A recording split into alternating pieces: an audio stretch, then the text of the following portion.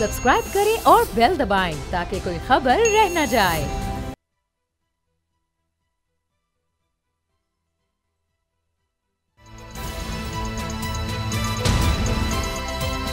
अब पता चला। बिस्मिल्लाहिर्रहमानिर्रहीम, अस्सलाम वालेकुम। मैं हूं मोहम्मद उसामा गाजी और आप देख रहे हैं पता चला। खबर यह है कि मौसम तेजी से सर्द हो रहा है और इंतखाबी माहौल गर्मा गर्म। सूरत हाल पल पल तब्दील हो रही है। सियासत पर नजर डालें तो इंट्रा पार्टी इलेक्शन से लेकर इंतखाबी निशान और कागजात नामजदगी से लेकर कागजात की जांच पड़ताल तक PTI को शिकायत ही शिकायत है। मगर आज पेशावर हाई कोर्ट से तहरीक इंसाफ को बड़ा रिलीफ मिला है।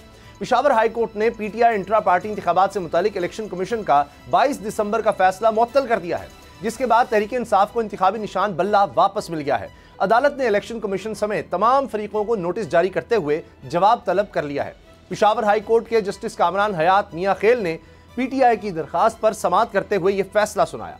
एडिशनल एडवोकेट जनरल ने इतराज किया कि यह डिविजनल बेंच का केस है, जिस पर जस्टिस कामरान हयात ने रिमार्क्स दिए कि अदालत ने केस का फैसला नहीं करना, आज अबूरी रिलीफ पर फैसला करना है। एडिशनल अटॉर्नी जनरल ने दलाइल दिए कि इससे यही लगेगा कि हतमी फैसला भी दे दिया है, जिस पर जस्टिस कामरान हयात ने रिमार्क्स दिए कि कल को अगर हम किसी फैसले पर पहुंच जाएं तो फिर पानी सर के ऊपर से गुजरा होगा। क्या फिर इलेक्शन कमीशन दोबारा इंतखाबात कराएगा? इन्होंने रिमार्क्स दिए कि एक ऑर्डर से पार्टी को इंतखाबात से निकाल दिया गया। तहरीक इंसाफ के वकील बैरिस्टर अली जफर ने अदालत के बाहर गुफ्तगू में कहा कि पेशावर हाई कोर्ट ने हमेशा इंसाफ का सर बुलंद किया। इन्होंने दावा किया कि हमारा इंतखाबी निशान जो हमसे छीन लिया गया था, आज अदालत ने इस ऑर्डर को मुअत्तल कर दिया है। अब अगली तारीख तक हम इस बल्ले के निशान पर इलेक्शन लड़ सकते हैं। इस फैसले से तहरीक इंसाफ की शिकायत कितनी कम होंगी, इसका इंतखाबात पर क्या असर होगा, दूसरी जमातें इसे फैसले को कैसे देखती हैं, इसी से आगाज़ करेंगे। महमूद मौलवी साहब इस्तेकाम पाकिस्तान पार्टी के रहनुमा हैं, हमारे साथ हैं। महमूद मौलवी साहब, आप समझते हैं कि अब तहरीक इंसाफ के लिए निस्बतन लेवल प्लेइंग फील्ड बन गई है? लेवल प्लेइंग फील्ड तो इनके पास पहले भी थी, मगर ये बड़ी अजीब बात है कि 5 रुकनी बेंच जो कि इलेक्शन कमीशन ने जो फैसला दिया है उसको बेसिकली जो है पेशावर हाई कोर्ट ने उड़ा दिया। अब ये देखें जो उसकी वजह कि फिर इलेक्शन कमीशन की तो साख ख़त्म हो जाती है। अगर देखें कोई 5 लोगों का बेंच इलेक्शन कमीशन में कोई फैसला करता है, उसके बाद अगर Islamabad high court single bench जो है उसको कहती है नल एंड वॉइड हो गया, तो उनकी पोजीशन बड़ी ऑकवर्ड भी हो जाती है और बड़ी जपटी में आ जाती है ना। देखिए, मुझे इससे एतराज़ नहीं है कि भाई वो उनको बल्ला नहीं मिलना चाहिए, उनको है, मगर अगर कोई फैसला कमीशन ने किया है तो उसके ऊपर जो है मतलब सिंगल बेंच उस को उड़ा दे 1 मिनट में, तो इलेक्शन कमीशन की रेट और पोजीशन बिल्कुल वीक हो जाती है। कल को जो भी इलेक्शन कमीशन फैसला करेगा, लोग उसको कहेंगे कि जी हम कोर्ट्स में चले जाएं और जो है सिंगल बेंच कहीं पे भी हो, देखे ना, और हम इसको उड़ा दें, तो फिर इलेक्शन कमीशन के रिजल्ट्स को कौन मानेगा? लेकिन महमूद मौलवी साहब, आपकी बात अपनी जगह दुरुस्त होगी, लेकिन इलेक्शन कमीशन की तो वैसे भी कोई नहीं मान रहा। 2 अफसरान को वो लिख कर दे गए, कब से कह रहे हैं जी IG इस्लामाबाद, DC इस्लामाबाद को बदला जाए, उनका तो फैसला जूते की नोक पर रखा जाता है। जहाँ तक आपने फरमाया सिंगल बेंच का, तो ये तो इस्लामाबाद के चीफ जस्टिस साहब भी सिंगल बेंच ही बैठकर इलेक्शन कमीशन के बारे में कई फैसले कर चुके। तो साख इलेक्शन कमीशन की पहले रह क्या गई है? जब वो 8 फरवरी के इलेक्शन से भी भाग रहा था, उससे पहले भी इलेक्शन से भागता रहा, वो तो सुप्रीम कोर्ट ने बीच में आकर करवाया है, वरना तो आखिरी वक्त पे जब हाई कोर्ट का ऑर्डर आ गया तो उन्होंने तो फौरी तौर पर सब कुछ मुअत्तल भी कर दिया था, रिटर्न ऑर्डर के बगैर भी। देखिए, अगर आप कहते हैं कि जी इलेक्शन कमीशन की कोई साख ही नहीं है और कोई वक़्त ही नहीं है, तो फिर ऐसे इलेक्शन करा के उसका क्या फ़ायदा? फिर देखिए, या तो इलेक्शन कमीशन की कोई रेट होनी चाहिए ना, और अगर इलेक्शन कमीशन की आप कह रहे हैं कोई सुनेगा नहीं और वो उनके फैसलों को भी आप एक्सेप्ट नहीं करेंगे, तो फिर हम इलेक्शन कैसे करा रहे हैं उनके अंडर में? जी बिल्कुल सही है आपकी बात। ये तो सर सवाल फिर आप सियासतदानों को भी पूछना चाहिए इलेक्शन कमीशन से कि उसके अपने रिटर्निंग अफसर लिख कर दे रहे हैं कि जी ना पुलिस हमारी सुनती है, ना ब्यूरोक्रेसी हमारी सुनती है, और लोगों को यहाँ पर रोका जा रहा है, हिरासा किया जा रहा है। ये इलेक्शन कमिश्नर पंजाब ने भी लिख दिया और बाकायदा आइन के आर्टिकल्स के भी हवाले दिए। तो ये इलेक्शन कमीशन में आइन में तो लिखा है कि वो एग्जीक्यूटिव अथॉरिटी उसके पास आ जाती है, लेकिन वो इस्तेमाल नहीं उसको कर पा रहा। तो आप समझते हैं कि ऐसे इलेक्शन कमीशन को इलेक्शंस ही नहीं करवाने चाहिए या उस पर दबाव डालना चाहिए कि आपके पास इख्तियार है, आप फ्री एंड फेयर इलेक्शंस करवाएं? देखिए, मगर मैं आपको फिर बताऊं, देखिए, अगर कोर्ट्स इलेक्शन कमीशन को, अब मैं तो ये भी देखना है कि इलेक्शन कमीशन एक्ट के अंदर, ठीक है ना, क्या कोर्ट्स ऑर्डर कर सकते हैं कि जी ऐसे करें और ऐसे करें। अगर हर चीज कोर्ट्स ही के करना है तो इलेक्शन भी कोर्ट्स ही करा लें, फिर इलेक्शन कमीशन की जरूरत ही क्या है मेरा हिसाब तो। तो अभी तक आप, मेरा नजरिया अलग है। बिल्कुल देखिए, अगर हर डिसीजन कोर्ट्स ने लेना है तो फिर हम जो है इलेक्शन कमीशन को बंद करके जो है कोर्ट्स के अंदर जो है वो एक नया जो खोल के वो इलेक्शन करा लें। तो अगर सर इलेक्शन कमीशन फर्ज करे सही काम नहीं कर रहा तो क्या फिर उसके लिए दाद रसी क्या है? अगर अदालतें भी नहीं जा सकते, अब देखिए या तो अदालतें करा ले।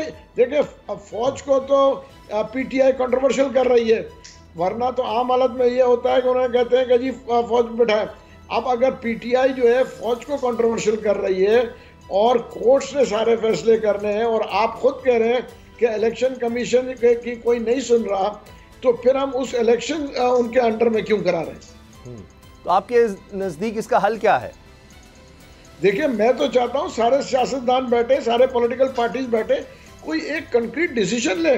देखिए, हम अरबों रुपया लगा के इलेक्शन कराने जा रहे हैं और अगर इलेक्शन जो है कंट्रोवर्शियल रहेंगे तो ये तो मजाया खेज हो जाएंगे ना। उसकी वजह यह है कि 24 करोड़ अवाम जो इलेक्शन में देखें, it has to be free and fair. ये नहीं हो सकता कि अगर इलेक्शन कमीशन कुछ कहते हैं तो कहीं कोर्ट उड़ा देते हैं, कहीं आप कह रहे हैं पुलिस नहीं सुनती, कुछ नहीं होता, तो फिर उनके डिसीजंस को वो उनके रिजल्ट्स को कौन मानेगा? आज मुझे बताएं, इलेक्शन कमीशन रिजल्ट्स अनाउंस करता है, हाई कोर्ट कहता है कि जी ये रिजल्ट गलत है और जो है हम इसको उड़ा देते हैं, फिर उसके बाद क्या करेंगे हम? ठीक, लेकिन अभी तक किसी भी पार्टी को सिवाय तहरीक इंसाफ के किसी और पार्टी को इलेक्शन कमीशन पर कोई एतराज तो नजर नहीं आता, ना ही किसी की भी उस तरह हम देखते हैं कोई कागजात नामजदगी पर कोई परेशानी है या स्क्रूटनी पर कोई परेशानी है। जितने भी इल्जामात हैं वो सिर्फ तहरीक इंसाफ की तरफ से हैं, बाकी सब जमातें तो बड़ी मुतमईन हैं। देखिए, मैं वही कह रहा हूँ ना, तहरीक इंसाफ को एक तरफ वो कहते हैं लेवल प्लेइंग फील्ड नहीं मिल रहा है, मेरे ख्याल से तो उनको सर लेवल प्लेइंग फील्ड क्यों नहीं मिल रहा है? वो एक्सपेक्ट करते हैं कि उनको वो लेवल प्लेइंग फील्ड मिले जो कि 2018 में मिला था और वो इस वक्त मुमकिन नजर नहीं आ रहा। लेकिन सर ये उनसे बल्ले का निशान भी ले लिया, उनकी जितनी भी लीडरशिप है आप जानते हैं वो तो या छोड़कर चली गई, आपकी जमात में बहुत से आए हैं या वो रूपोश हैं, उनके कागजात नामजदगी के हवाले से आप देख ही चुके हैं कि क्या क्या होता रहा, वो अदालतें इंटरवीन करती रहीं, अभी भी तायद कुंदा तजवीज़ कुंदा के लिए मसाइल हैं। मसाइल तो तहरीक इंसाफ के लिए है, माजी में तो इस तरह से नहीं हमने देखा कि वो ख़वातीन से छीने जा रहे हैं कागजात नामजदगी, ऐसा तो कभी नहीं हुआ।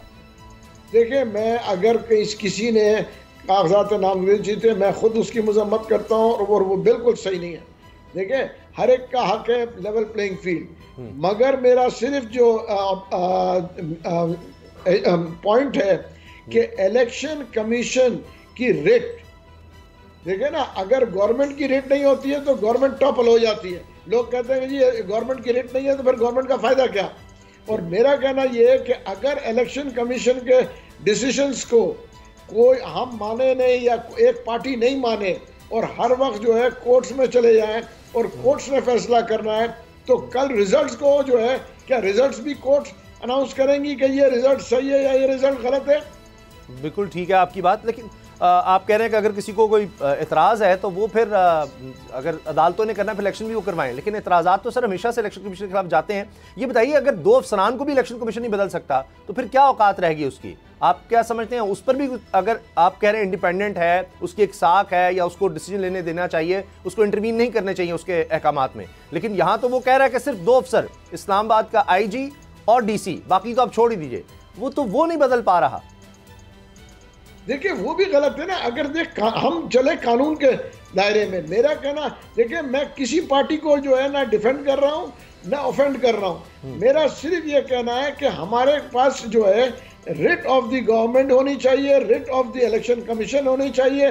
हर चीज के जो है बुनियाद जो है ना कानून के ऊपर है। ये नहीं हो सकता कि किसी के लिए कानून कुछ और किसी के लिए कानून कुछ। मेरा हमेशा ये कहना है कि कानून के इस मुल्क में बदकिस्मती से दो मयार है। अच्छा, चलिए, एक जो है जो साहिब हैसियत और ताकतवर के लिए और एक नॉर्मल आदमी के लिए। महमूद मौलवी साहब, हमें सेनेटर हुमायूं मोहम्मद साहब ने जी ज्वाइन किया है, आपके पुराने कुलीग भी इस लिहाज से तहरीक इंसाफ से ताल्लुक है। सेनेटर साहब, ये बात की जा रही है कि जी एक तो ये पेशावर हाई कोर्ट ने कर दिया, इलेक्शन कमीशन का इख्तियार था, अब ये पेशावर हाईकोर्ट के सिंगल बेंच ने ये कैसे कर दिया? और बल्ला ना भी मिलता तो लेवल प्लेइंग फील्ड तो आपके लिए थी। बिस्मिल्लाहिर्रहमानिर्रहीम। मैंने थोड़ी सी सुनी है जो मौलवी साहब कर रहे थे। देखिए, ऐसा होता है कि अगर हमारे लोग, और ये मैं ये नहीं कह रहा कि हम कह रहे हैं, ये सब लोग देख रहे हैं। अभी आप जो मुख्तलिफ़ जगहों पे आपने देखा है, हर जगह पे लोगों को उठाया जा रहा है, उनके पेपर्स छीने जा रहे हैं, उनको 3 MPO के तहत फिर नज़रबंद किया जा रहा है। अगर ये सारी चीज़ें ना हो रही होती तो बाखुदा हम लोग कभी इस किस्म की बात ना करते। और ये इंसान कोर्ट तब जाता है जब वो समझता है कि उसके साथ ज़्यादती हो रही है। बिला वजह ना कोई कोर्ट जाता है और बिला वजह ना कोई कोर्ट कोई डिसीजन जो है ना अनडू करता है, हमेशा उसमें से। अब मैं मिसाल देता हूँ। अब इस केस के लिहाज से देखें, सबसे पहले कोर्ट ने, ये इलेक्शन कमीशन ने कोई 100 पता नहीं कितनी पार्टी हैं, उनमें से किसी के इंट्रा पार्टी इलेक्शंस को चैलेंज नहीं किया। मतलब मुझे समझ नहीं आती IPP ने इलेक्शंस करवाए भी हैं कि नहीं करवाए, अगर करवाएं किस तरीके से करवा लिए हैं, कैसे हो गए सारे के सारे, तो वो सारी चीज़ें अपनी जगह पे होती है। फिर हम लेट्स सपोज, चलो ये तो बिल्कुल ही एक नई जमात बनाई गई है ना, तो उसको तो छोड़ देना, इसमें तो सारे वोट डाले गए थे। हम बात कर लेते हैं पाकिस्तान मुस्लिम लीग नून की। पाकिस्तान मुस्लिम लीग नून को मार्च में कहा था कि आप 1 हफ्ते के अंदर अंदर कराएं।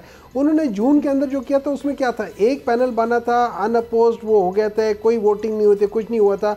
अब उसी तरीके से जब तहरीक इंसाफ का हुआ था तो वाई वुड ये जो इलेक्शन कमीशन है वो उसको इन डिटेल जाके कहेगा कि आपने ये इसमें किया, वो किया, फलाना किया। फिर जब ठीक है, अगर आपको इतराज़ था, आपने 2.5 माह क्यों वेट किया कि भाई 15-20 दिन पहले आप कहते हैं कि भाई आप अगले 20 दिनों में करो, और उस तो आपकी बदनीयती नज़र आती है, उस लिहाज से होता है। फिर जिस लिहाज से, अच्छा, फिर जिन लोगों की बात ये उठा रहे हैं कि इन्होंने इतराज़ किया है, अब ये तो चेक करो वो पाकिस्तान तहरीक इंसाफ के मेंबर हैं भी या नहीं है। वो बानी मेंबर थे। अब फॉर एग्जांपल अभी मौलवी महमूद साहब हैं, ये हमारे मेंबर थे, अब ये IPP के मेंबर हैं। तो कल को ये आके कहेंगे कि जी मैं भी इतराज़ करता हूँ कि पाकिस्तान तहरीक इंसाफ के अंदर मैंने वो करना था और मैंने ये करना था, तो क्या इनकी बात कोई सुनना चाहिए कि या इनको हमें पेपर देना चाहिए? नहीं देना चाहिए। He is no more Pakistan Tehreek Insaf member. So मैं मिसाल देना चाहता हूँ। तो आप अकबर एस बाबर की बात और उन 8 बंदों की बात, आपको पता होना चाहिए कि पाकिस्तान तहरीक इंसाफ वाहिद पॉलिटिकल पार्टी है जिनके पास मेंबरशिप ऐप है। आप उस ऐप के अंदर जाए तो आप अपना शनाख्ती कार्ड डालेंगे, खुद ही पता चल जाएगा आप मेंबर है या नहीं है। आप उन लोगों के शनाख्ती कार्ड चेक कर लें। तो उस बेसिस पे जब हमने कहा, और ख़ास तौर पे जिस तरीके से ये किया गया है उसके अंदर सही लग नहीं रहा था। अच्छा। इसी वजह से पाकिस्तान तहरीक इंसाफ ने कहा हुआ है। लेकिन देखिए इंपॉर्टेंट चीज़ क्या है इस सारे प्रोसेस के लिए? इंपॉर्टेंट चीज़ क्या है? इंपॉर्टेंट चीज़ है पाकिस्तान की क्रेडिबिलिटी के इलेक्शंस सही हुए हैं। अगर इलेक्शंस नज़र नहीं आ रहे कि सही हुए हैं, उनकी क्रेडिबिलिटी ख़राब होगी। पाकिस्तान की जो एटमॉस्फेयर है स्टेबिलिटी का, वो इफेक्ट होगा। उसकी वजह से कोई बंदा यहाँ के इन्वेस्ट नहीं करेगा। मैं मिसाल देता हूँ, मैं कहता हूँ कि आए इस बिल्डिंग में, मैंने ये बिल्डिंग ली हुई है, इस बिल्डिंग में आके इन्वेस्ट करें। आप आके देखते हैं कि उस बिल्डिंग के मालिकान का आपस में झगड़ा है, क्या आप उस बिल्डिंग में इन्वेस्ट करेंगे? कभी नहीं करेंगे। तो इसी तरीके से एक बंदा है $1 बिलियन लेकर आ रहा है पाकिस्तान में, उसको पता है पाकिस्तान के अंदर जो सबसे बड़ी जमात है उसको हटा रहे हैं तो यहाँ पे एक अनरेस्ट की कैफियत आ सकती है, वो क्यों इधर इन्वेस्ट करेगा? मतलब ये तो अकल की बात है, लेकिन अनफॉर्चुनेटली बाज लोगों में अकल है नहीं। वो ये समझते हैं कि इस किस्म की चीज़ों से हम लोग लोगों को डरा देंगे, धमका देंगे, हटा देंगे। आजकल के ज़माने में और आज से 20, 30, 40 साल पुराने के ज़माने में ज़मीन आसमान का फ़र्क है। खुदा के लिए पाकिस्तान को उस तरीके से मत समझो। लोग इवॉल्व हो गए, लोग बदल गए हैं। और अभी एक और बात, इनको एक सबसे बड़ा धचका ये लगेगा कि सबसे बड़ी बात यह है कि वो जो इलेक्टेबल की सियासत खत्म। अच्छा, अभी इलेक्टेबल की सियासत नहीं रहेगी। अभी सियासत रहेगी कि किन लोगों का हर एक का शऊर हो गया। ये किसी जमाने में होते थे कि हम बहुत बड़े माई बाप और ये चीजें थे, इनको समझ आ जाएगी, खास तौर पे आईपीपीस को। ये लोग तो जीते पीटीआई के वोट पे थे, पीटीआई का वोट हटा दो, इनमें से कोई नहीं जीत सकता। अच्छा चले सर, कोई भी नहीं। आपने ये जो बात की, इस पर आते हैं कि इलेक्टेबल्स की जो बात कर रहे हैं, क्या तहरीक इंसाफ के पास कम रह गए इलेक्टेबल्स, ये भी एक वजह है। मौलवी साहब ये बताइएगा कि आपने मुसलसल ये बात की कि जी 52 सीटें आप कह रहे थे नून लीग से, लेकिन आपके लिए भी मुश्किल था, आईपीपी के लिए भी और नून लीग के लिए भी, लेकिन यहाँ तो सिर्फ 18 लोगों ने कागजात नामजदगी जमा करवाए इस्तेकाम पाकिस्तान पार्टी की तरफ से और 40 पंजाब असेंबली नशिस्तों पर, और खुर्रम दस्तगीर कह रहे हैं कि जी वो डिमांड ही बहुत ज़्यादा थी और इसलिए अब कोई फैसला हो ही नहीं पाया। तो अब ये इसको क्लोज चैप्टर समझा जाए?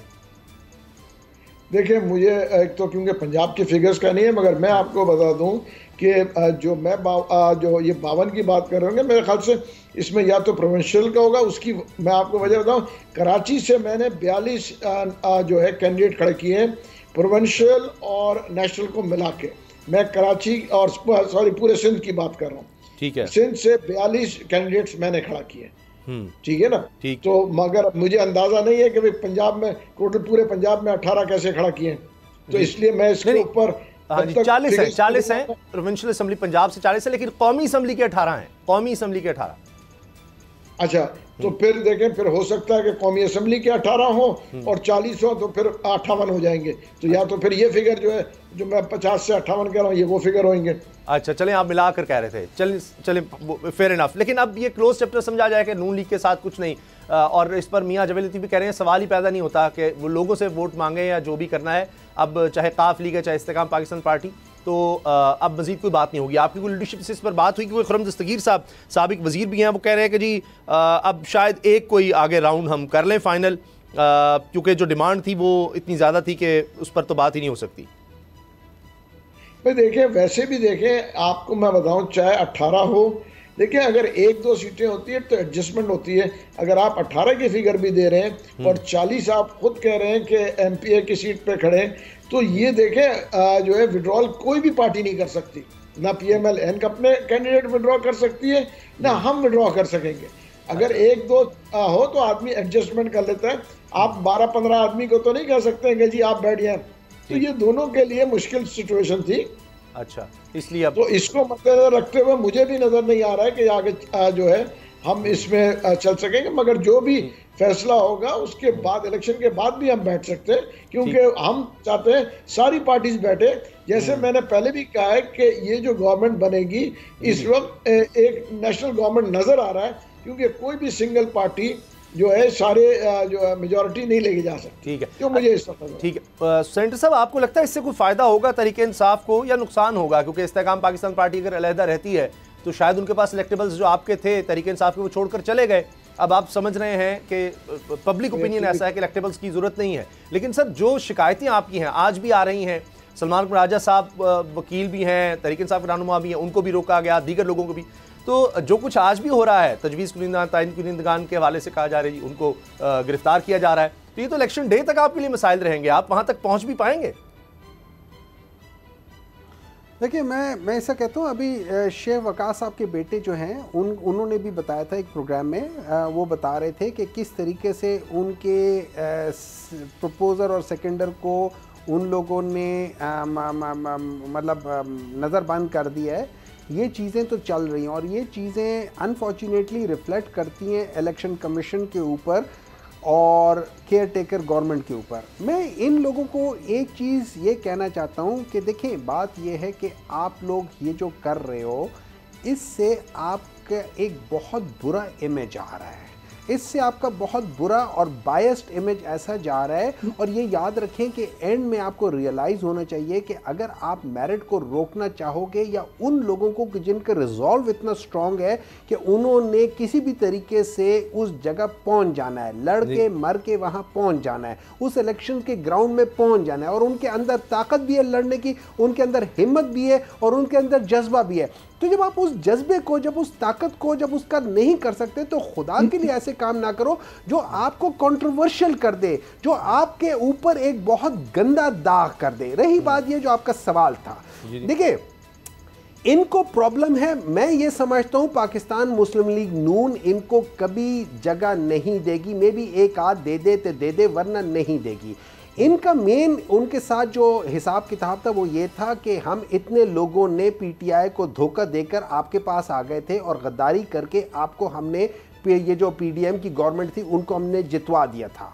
तो हम लोगों ने उनके साथ गद्दारी की थी और आप लोगों के साथ हम लोगों ने फॉर एक लालच के लिए हम आ गए थे। तो अब हमें उस गद्दारी का सिला दे कि आपने हमें कहा था कि हम आपको ये दे देंगे। उन लोगों ने इनको लगा देना है ट्रक की बत्ती के पीछे, ठीक है। अब ये उस बत्ती के पीछे भागेंगे और इनको कोई सीटें नहीं मिलेंगी और इनके साथ वो हशर होगा जो टीवी और हर चैनल पे नशर भी होगा, ठीक है। वो तो बाद की बात है, लेकिन मेरा नहीं ख्याल कि पाकिस्तान तहरीक इंसाफ को इनके जाने से नुकसान हुआ है। क्यों?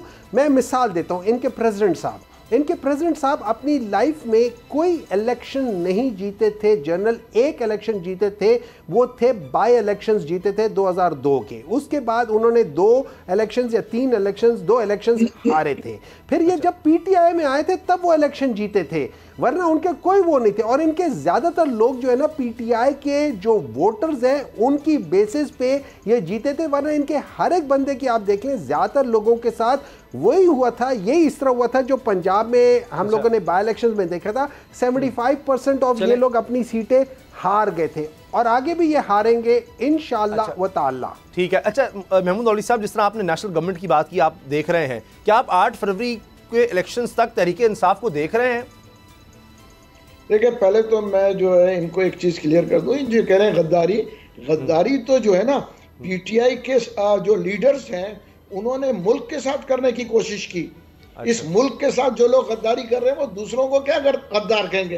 पहले अपने गिरबान में देखें, जो फौज के खिलाफ गए थे और वो गद्दारी कर रहे थे, शोहदा के चीजों को जला रहे थे, शोहदा को बुरा कह रहे थे, हमारे जनरल्स को बुरा कह रहे थे। गद्दार ये हैं या हम हैं?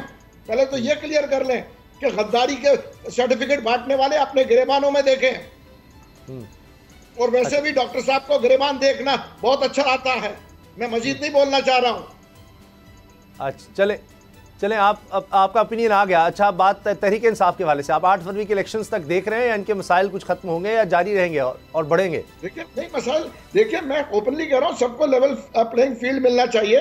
वो इलेक्शन लड़े, जो जीतेगा वो गवर्नमेंट बनाए, इसमें कौन सी बुरी बात है? लेवल प्लेइंग फील्ड मिलना चाहिए। मैं कभी गलत नहीं कहूंगा कि नहीं मिलना चाहिए। क्यों नहीं मिलना चाहिए? मैं इलेक्शन कमीशन के ऊपर तबदील ये कर रहा हूं कि अगर इलेक्शन कमीशन की रेट को कोई भी नहीं है और उसको नहीं मानते तो हम उसके अंडर में इलेक्शन क्यों करा रहे हैं? अच्छा, चलें, बहुत शुक्रिया महमूद मौलवी साहब, आपने वक्त दिया। इस्तेकाम पाकिस्तान पार्टी के रहनुमा हमारे साथ थे। मोमिन साहब हमारे साथ होंगे, सेनेटर हुमायूं मोमिन से हम बात करेंगे ब्रेक के बाद भी कि अब मियां नवाज शरीफ साहब के कागजात नामजदगी पर तहरीक इंसाफ ने कहा है कि कोई एतराज़ नहीं किया जाएगा, क्योंकि अभी तक तो शायद सुप्रीम कोर्ट में मामला आना है। तो ये इस एतमाद की वजह क्या है, ब्रेक के बाद बात करते हैं।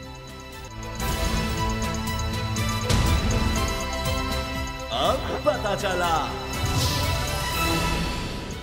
इस वक्त अजीबोगरीब माहौल बन रहा है सियासत में, क्योंकि जेयूआई एक तरफ पीपल्स पार्टी के खिलाफ सिंध में नजर आ रही है मुतहरिक, लेकिन पंजाब में उसूली फैसला हो गया कि पीपल्स पार्टी और जेयूआई मिलकर साथ चलेंगे। जबकि एमक्यूएम जो कुछ पीपल्स पार्टी के खिलाफ कह रही है वो हैरान कुन है।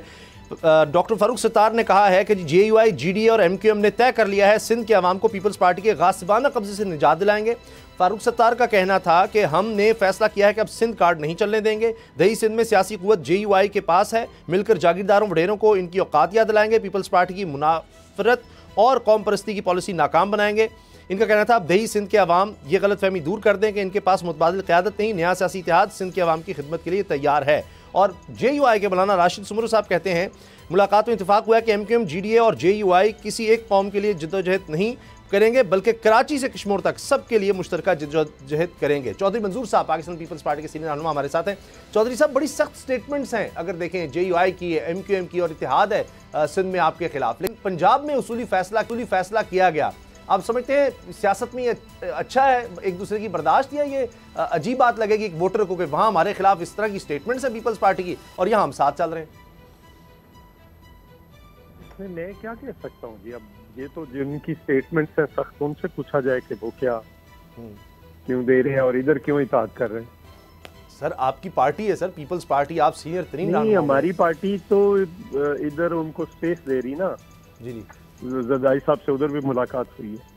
बुनियादी तौर पर तो उधर भी जेयूआई इत्तेहाद ही करना चाहती है पीपल्स पार्टी से, वहाँ से कुछ सीटें मांग रही है, कोई नेगोशिएशन पता नहीं, मुझे नहीं पता।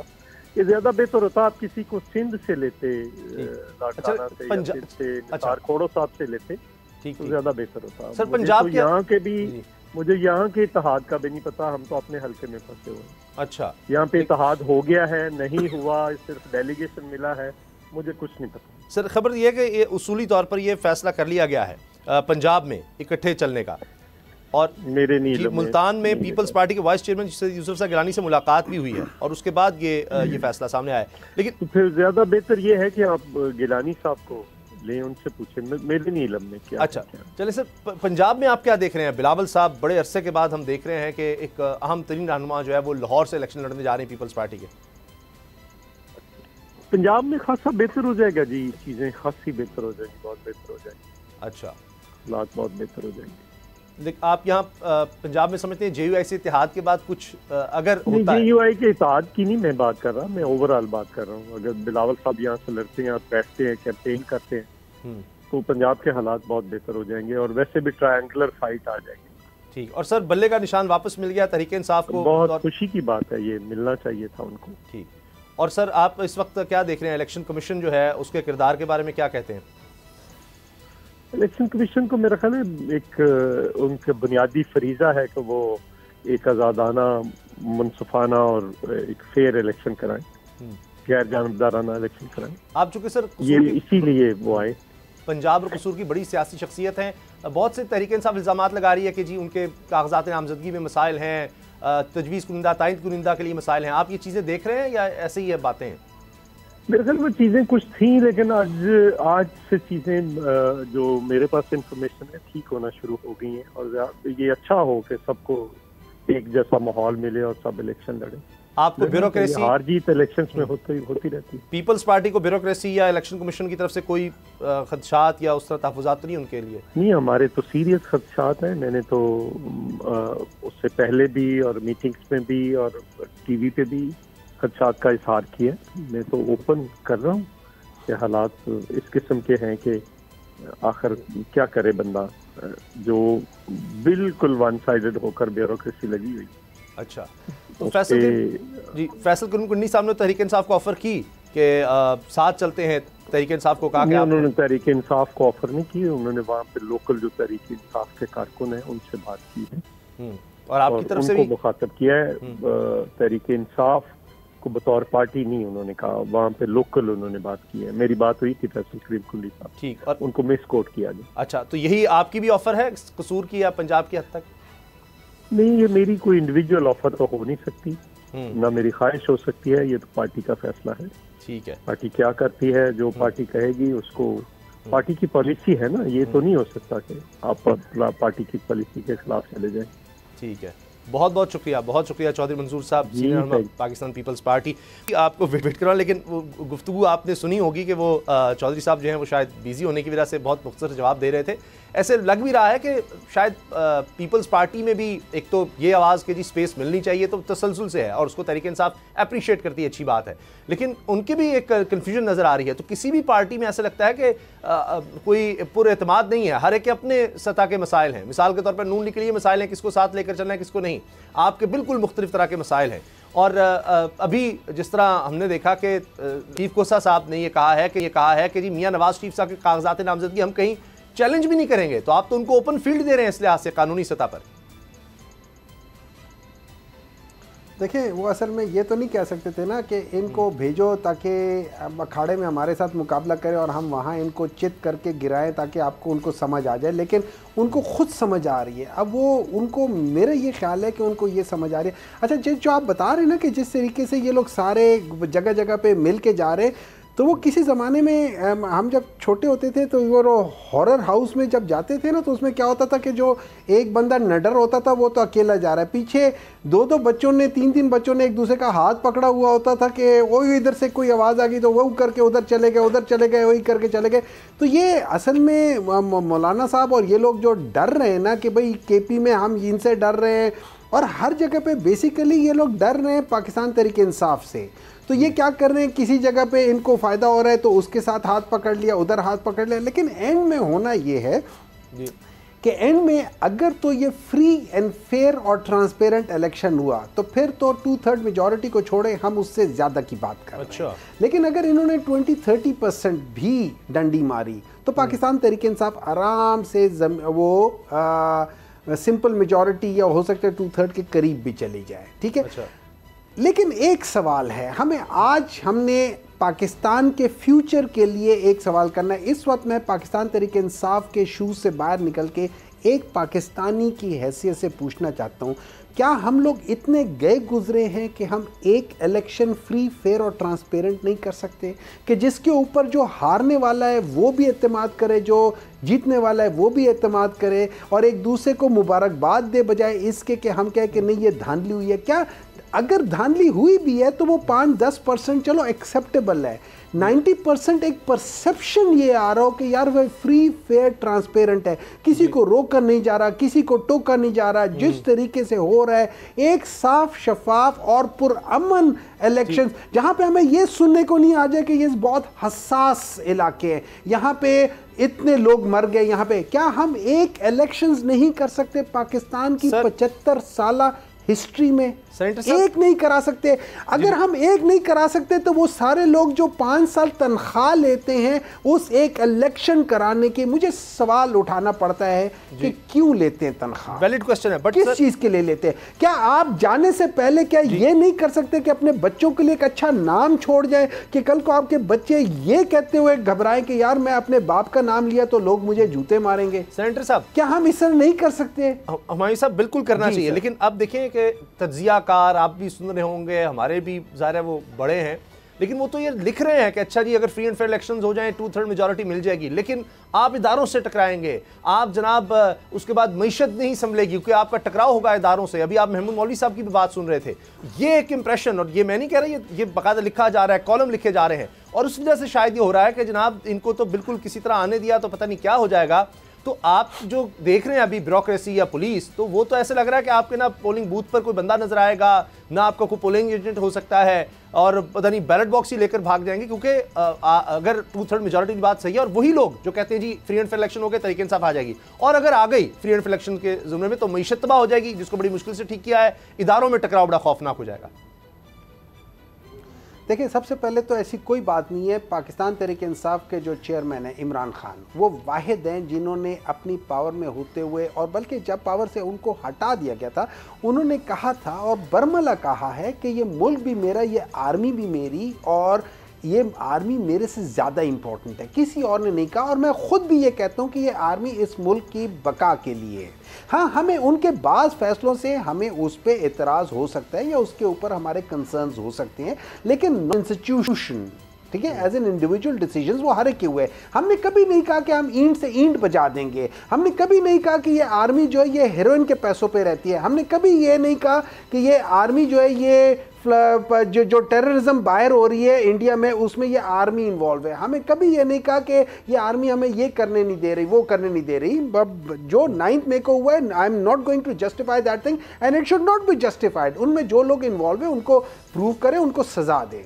और ये कह देना कि इनके आने से अगर इकॉनमी ख़राब होगी, तो मैं एक सवाल उठाता हूँ, जब हम कहते हैं इकॉनमी ख़राब होगी तो हम क्या पैरामीटर लेते हैं? हम एक पैरामीटर लेते हैं कि जब आप जा रहे थे तो आपका जीडीपी क्या था, आपके जो ग्रोथ इंडिकेटर्स थे उसमें क्या था। तो अगर हम उसको देख लेते तो पाकिस्तान तहरीक इंसाफ वो वाहिद पॉलिटिकल पार्टी है जिसने अपने सिर्फ 4 साल के दौर में 2 दफ़ा 6 जीडीपी को टच किया था। किसी और पॉलिटिकल पार्टी ने कभी टच किया?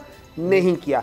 मसला क्या है मैं आपको बता देता हूँ। जो सबसे बड़ा मसला है ना वो इन दो बड़ी पॉलिटिकल पार्टीज का किया हुआ है और इनके अपने उसमें स्टेक्स हैं। वो क्या है? वो आईपीपीज हैं। मैं ये इस्तेकाम पॉलिटिकल पार्टी की बात नहीं कर रहा, मैं इंडिपेंडेंट पावर प्लांट्स की बात कर रहा हूं। यही उनके मालिक हैं। इसमें 2 खरब रुपए का गर्दिश कर्जा आ गया है। ये कौन पूरा करेगा? ये किस लिहाज से होगा? ये सारा पाकिस्तान जो भंवर में फंसा है, इकोनॉमिक भंवर, वो इन लोगों के गलत फैसले और अपनी मफाद के फैसले। आज हम चीनी को रोते, चीनी है किसके पास? इन्हीं लोगों के पास है। वही जरदारी साहब है, वही शरीफ फैमिली है, वही तरीन फैमिली है, वही सारे लोग हैं, इन्हीं के पास है। ये लोग अगर चीनी इनके पास चले फायदा लेते, 50 रुपए का प्रॉफिट लेते, ये 5 रुपए का प्रॉफिट ले लेना। ये 50 रुपए का प्रॉफिट क्यों लेते हैं? ये 5 रुपए का ये आवाम के लिए नहीं कर सकते।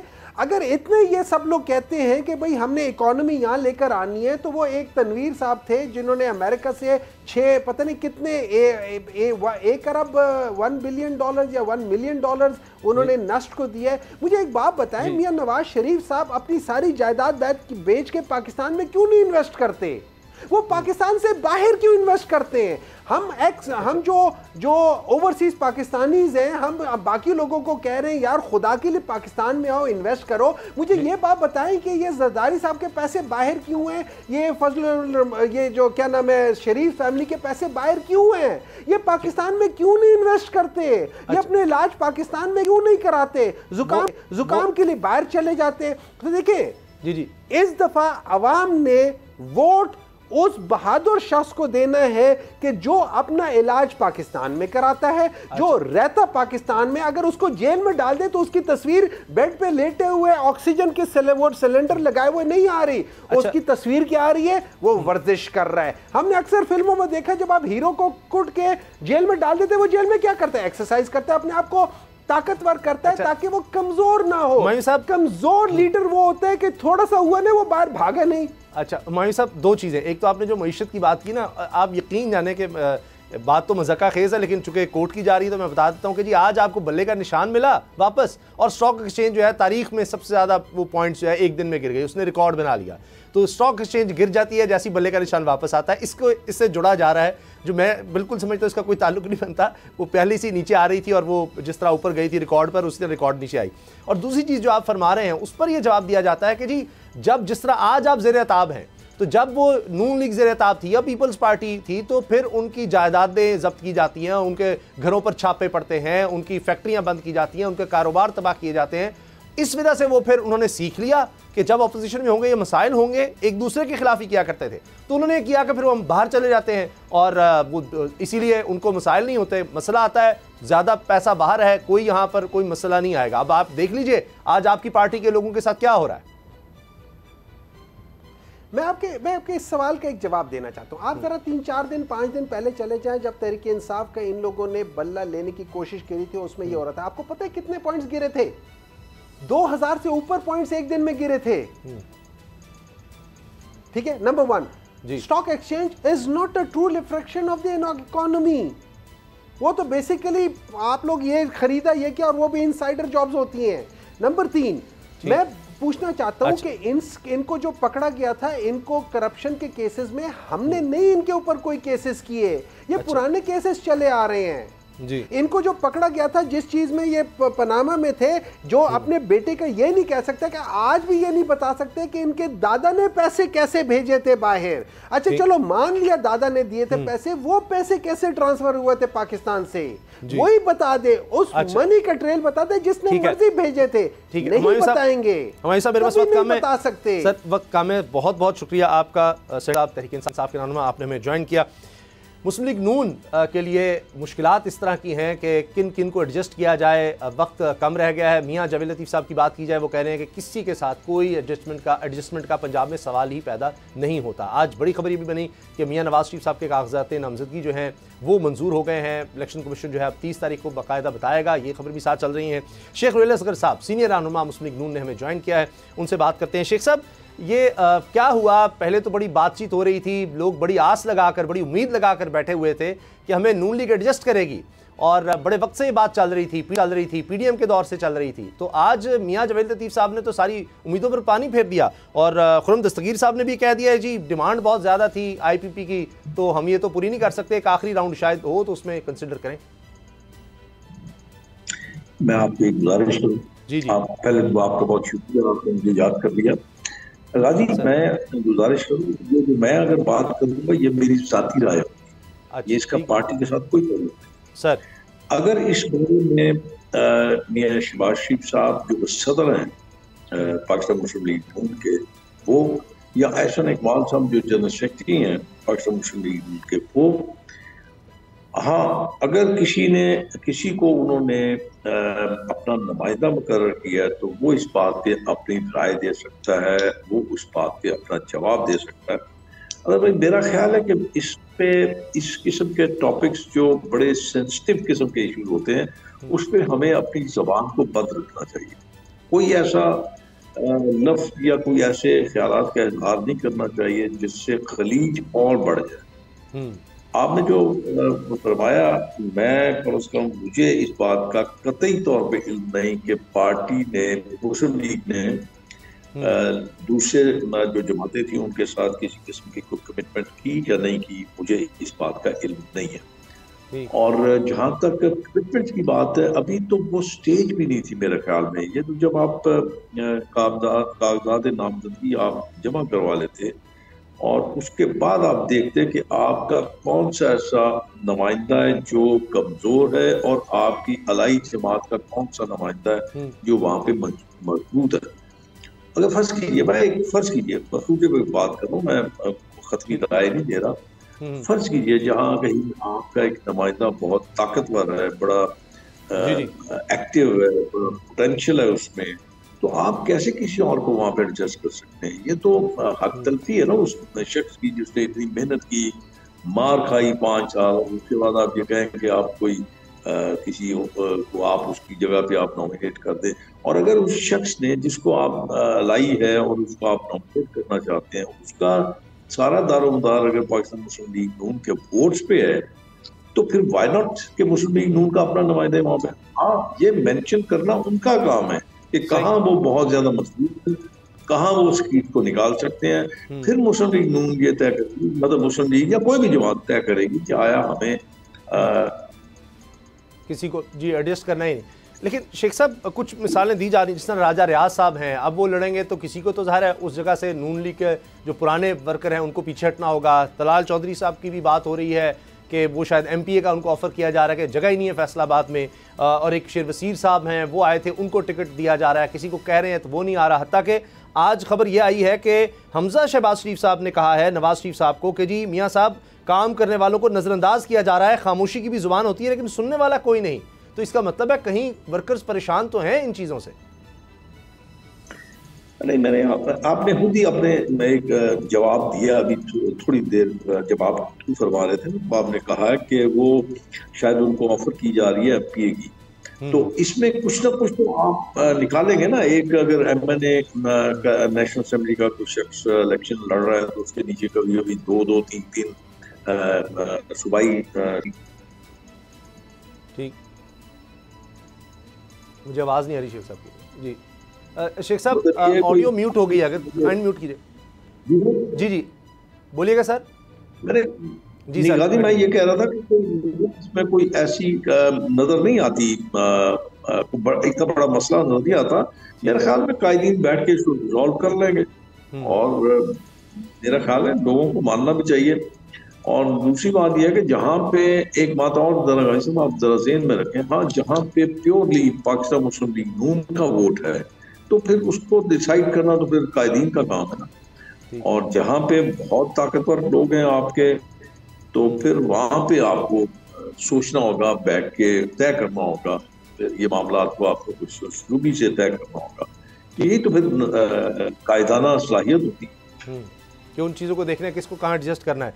और इसके बाद आप समझते हैं ज़्यादा सीटों पर अगर नहीं होगा तो शायद ज़्यादा मुश्किलात नहीं होगी। एक सर ये भी आज हुआ कि यूसुफ रज़ा गिलानी साहब साहब वज़ीर-ए-आज़म, उन्होंने JUI से मुलाकात की उनके वक्त से और उसूली फ़ैसला कर लिया कि जी पंजाब में दोनों इकट्ठे चलेंगे। पहले बात हो रही थी शायद जमीयत इस्लाम नून लीग के साथ चलेगी और यही बात हम देख रहे थे खैबर पख्तूनख्वा में, वहाँ तो बात आगे बढ़ रही है, लेकिन पंजाब की हद तक आप क्या देख रहे हैं? पीपल्स पार्टी और JUI साथ होना, दोनों का ही कोई नज़र आ रहा है आपको कहीं कोई इम्पैक्ट?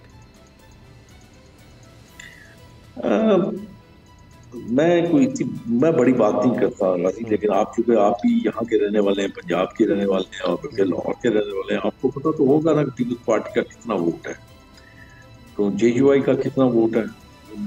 मैं इस बारे में कोई अपनी राय नहीं दे सकता, इसलिए कि जब तक खत्मी फैसला ना आए दोनों जमातों की तरफ से कि वो दोनों इकट्ठे मिलकर इलेक्शन लड़ेंगे पंजाब की हद तक, कैसे लड़ेंगे ये आप वही बेहतर समझ सकते हैं या पीपल्स पार्टी बेहतर समझ सकती है कि वो कैसे किसी के साथ मिलकर इलेक्शन लड़ेंगे। ये एक प्रेशर टैक्टिक्स जो होते हैं, बस इसके अलावा मुझे तो नजर नहीं आता। मेरा ख्याल है यूसुफ रज़ा गिलानी साहब मेरे बड़े मुहसन हैं, बड़े अच्छे हैं, बड़े भाइयों की तरह मुझे अजीज हैं। उनको अपना बड़ा मुश्किल है मेरे ख्याल में, शायद इलेक्शन जो है उनका बेटा जिंदगी इलेक्शन जीता था, उसमें भी पाकिस्तान मुस्लिम लीग नून ने बड़ा जोर लगाया था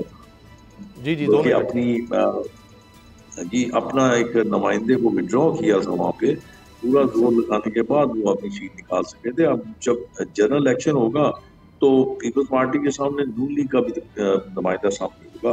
अब देखते हैं क्या होता है, किस कल करवट बैठता हूँ।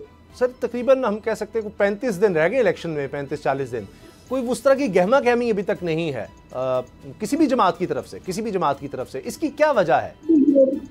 ये मैं आपको वही तो अर्ज कर रहा हूँ ना कि पता नहीं, अब मुझे दूसरी जमातों को तो पता नहीं, अब उन्होंने अपने टिकट फाइनल कर लिए हैं, अपने नुमाइंदे जो उन्होंने खड़े करने हैं वो खड़े कर लिए हैं। ये असल इसकी कंपेन शुरू होती है जब आप सिक्योरिटी के मराहल से गुजर जाते हैं और विड्रॉल के मराहल में आ जाते हैं। जब विड्रॉल का मरहला खत्म हो जाता है उसके बाद ये कंपेन शुरू होती है, और एक महीना मेरे ख्याल में बहुत होता है, इससे आदमी थक जाता है यार। मतलब मेरा ख्याल है एक महीना कैंपेन के लिए बहुत ज्यादा है। ठीक है, बहुत बहुत शुक्रिया शेख रुल असगर साहब, सीनियर रहनुमा मुस्लिम लीग नून। महीना कैंपेन के लिए बहुत होता है, जो ही स्क्रूटनी का अमल यानी 30 दिसंबर तक ये मुकम्मल होगा तो उसके बाद वो कह रहे हैं कि आप गहमा गहमी देखेंगे, फिर जल्द से जुलूस और ये सारा अमल जो है ये शुरू हो जाएगा। कुछ ही देर में आप हेडलाइंस देख सकेंगे। इजाज़त दीजिए, अल्लाह हाफ़िज़। अब पता चला। सब्सक्राइब करें और बेल दबाएं ताकि कोई खबर रह न जाए।